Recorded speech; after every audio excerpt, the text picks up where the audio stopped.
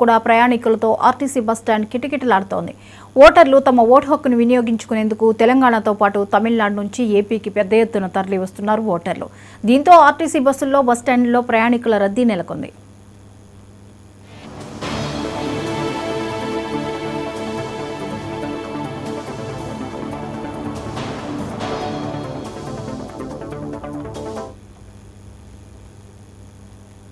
ఈ అంశంపై మరిన్ని వివరాలని అందించడానికి రీజనల్ కోఆర్డినేటర్ కిరణ్ సిద్ధంగా ఉన్నారు లైవ్ లో.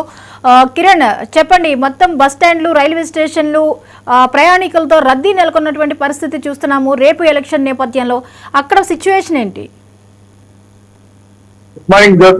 సార్వత్రిక ఎన్నికల ప్రచారం గత ముగిసింది. ముఖ్యంగా రేపు ఉదయం పోలింగ్ ఆసన్నం కావడంతో పోలింగ్ సమయం రాష్ట్ర వ్యాప్తంగా కూడాను దాదాపు 4 కోట్ల మంది పైచీలకు ఓటర్లు తమ ఓటు హక్కును వినియోగించుకునేందుకు సిద్ధమవుతున్నారు. ముఖ్యంగా మనం చూస్తున్నట్టయితే ఉత్తరాంధ్ర జిల్లాలకు సంబంధించి ఉద్యోగ ఉపాధి అవకాశాల కోసం పెద్ద ఎత్తున వలస వెళ్ళినటువంటి ఎవరైతే ఓటర్లు ఉన్నారో దాదాపు ఇటు తెలంగాణకు సంబంధించి హైదరాబాద్ కావచ్చు, మరోవైపు చెన్నై కావచ్చు, ఈ ప్రాంతాలకు వెళ్ళిన వాళ్ళంతా కూడాను ఇప్పటికే చాలా మంది పెద్ద ఎత్తున ఉత్తరాంధ్రకు వస్తున్న పరిస్థితి. దీనికి సంబంధించి ఇప్పటికే ఆర్టీసీ ప్రత్యేక సర్వీసులను ఏర్పాటు చేస్తే మరోవైపు రైల్వే తూర్పు కోస్తా రైల్వే కూడా పెద్ద ఎత్తున అదనపు బోగీలను ఏర్పాటు చేసి ప్రయాణికులు తమ సొంత ఊళ్లకు తరలించేందుకు ప్రయత్నాలు చేస్తున్న సంగతి మనం చూస్తూనే ఉన్నాం. ఈ నేపథ్యంలో ఈ ఏడాది ఎప్పుడు లేని విధంగా 2024 ఎన్నికల్లో ఖచ్చితంగా తమ ఓటును వినియోగించుకొని ప్రజాస్వామ్యాన్ని కాపాడాలి అంటూ ఒక లక్ష్యంతో ఈ రోజు ఓటర్లందరూ కూడా పెద్ద ఎత్తున ఇటు ఉత్తరాంధ్ర జిల్లాలకు తరలి వస్తున్న పరిస్థితి.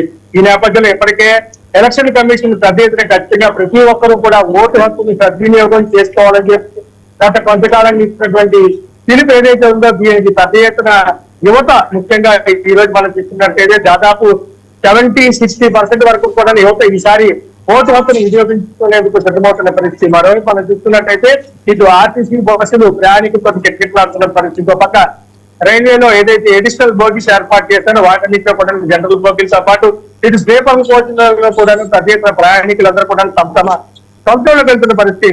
ప్రధానంగా విశాఖ జిల్లా మారుమూల గ్రామాలైనటువంటి ఇటు చోడవరం కావచ్చు, ఈ ప్రాంతాలన్నీ, ఇంకో పక్క విజయనగరం జిల్లా నెల్లిమర్ల, చీపురుపల్లి, మరోవైపు గజపతి నగరం, సాలూరు, ఈ ప్రాంతాలకు పెద్ద ఎత్తున వీళ్ళందరూ కూడా వలస వెళ్ళినటువంటి వాళ్ళందరూ కూడాను వారి స్వగ్రామాలకు వెళ్తున్న పరిస్థితి. పక్క శ్రీకాకుళం జిల్లా కావచ్చు, ఇచ్చాపురం, అదేవిధంగా పలాస, ఈ ఏరియాలో కూడా పెద్ద ఎత్తున యువతులు మరోవైపు కుటుంబాలన్నీ కూడా పెద్ద ఎత్తున తరలి వెళ్తున్న పరిస్థితి. ప్రధానంగా వ్యవసాయమే ప్రధాన జీవనాధారంగా కొనసాగేటువంటి ఈ ప్రాంతాల్లో ఉపాధి లేకపోవడంతో వీళ్ళందరూ కూడా గత కొన్ని సంవత్సరాలుగా వలస వెళ్ళి అక్కడే జీవనోపాధిని వెతుక్కుంటూ ఉంటున్న పరిస్థితి. ప్రధానంగా సంక్రాంతి పండుగలకు అదేవిధంగా ఈ ఎలక్షన్ టైంలోనే వీళ్ళందరూ కూడా వస్తున్న పరిస్థితి. నేపథ్యంలో ఇప్పటికే అభ్యర్థులందరూ కూడా పెద్ద ఎత్తున ప్రచారాలు సాగిస్తూ ఆయా నియోజకవర్గాలు ఎవరైతే ఓటర్లుగా ఉన్నారో వాళ్ళు సుదూర ప్రాంతాలు ఉన్నారో వాళ్ళందరినీ కూడా రప్పిస్తున్న పరిస్థితి అందరికీ తెలిసింది. ఈ నేపథ్యంలోనే ఇటు ప్రయాణికులతో నడి రోడ్లన్నీ కూడా కిటకిటలాడుతున్న పరిస్థితి. ఎవరిని పలకరించినా సరే, ఎవరితో మాట్లాడినా సరే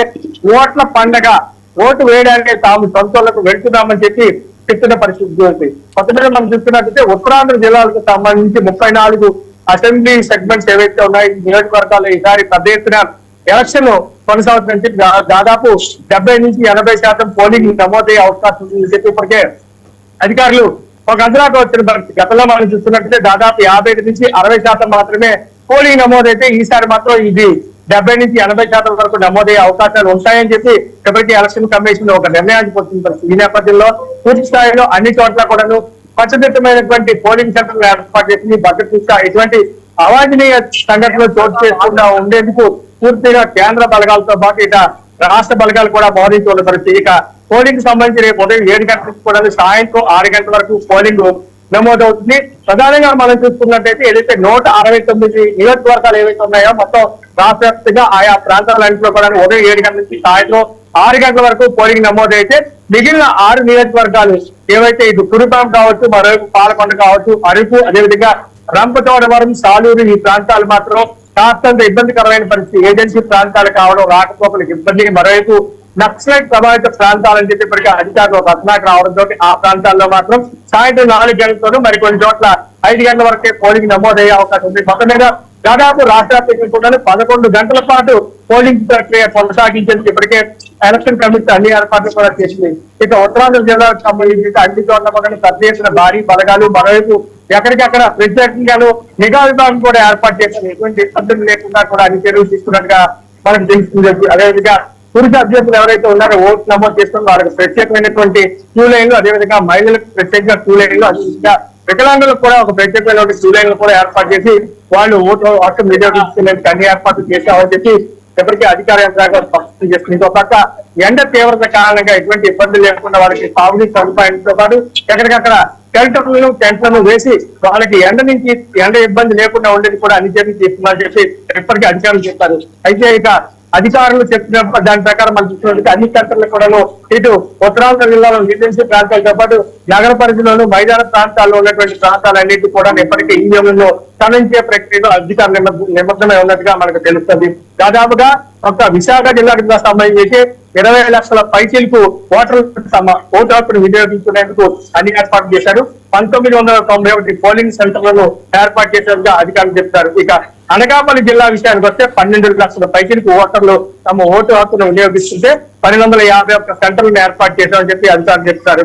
ఇక అల్లూరి సీతారామరాజు జిల్లాగా చెప్పినటువంటి ఏజెన్సీ ఏరియా ఏదైతే ఉందో ఆ ఏరియాలో 7,50,000 మంది తమ ఓటు హక్కును వినియోగించుకోబోతున్నారని చెప్పి వీళ్ల కోసం 1021 అంటే 1021 పోలింగ్ సెంటర్లు కూడా ఏర్పాటు చేశామని చెప్పి అధికారులు స్పష్టం చేస్తున్నారు. ఇక కేంద్ర బలగాలతో పాటు రాష్ట్ర పోలీసు బలగాలన్నీ కూడా పూర్తి స్థాయిలో ప్రశాంత వాతావరణంలో ఎన్నికలు జరిగేందుకు సజావుగా నిర్వహించేందుకు అన్ని ఏర్పాట్లు కూడా చేసినట్టు తెలుస్తుంది. మరి కాసేపట్లో అన్ని పోలింగ్ సెంటర్లు కూడాను అధికారులు, సిబ్బంది అందరూ కూడా వారి ఈవీఎంలను తీసుకుని వెళ్లి అక్కడ అన్ని ఏర్పాట్లు కూడా చేస్తారు. మాక్ పోలింగ్ ఏదైతే ఉందో రేపు ఉదయం 7 గంటలకి మాక్ పోలింగ్ జరిగే నేపథ్యంలో 90 నిమిషాల ముందుగా మాక్ పోలింగ్ కూడా నిర్వహిస్తారని చెప్పి అధికారులు చెప్తారు. Thank you Kiran.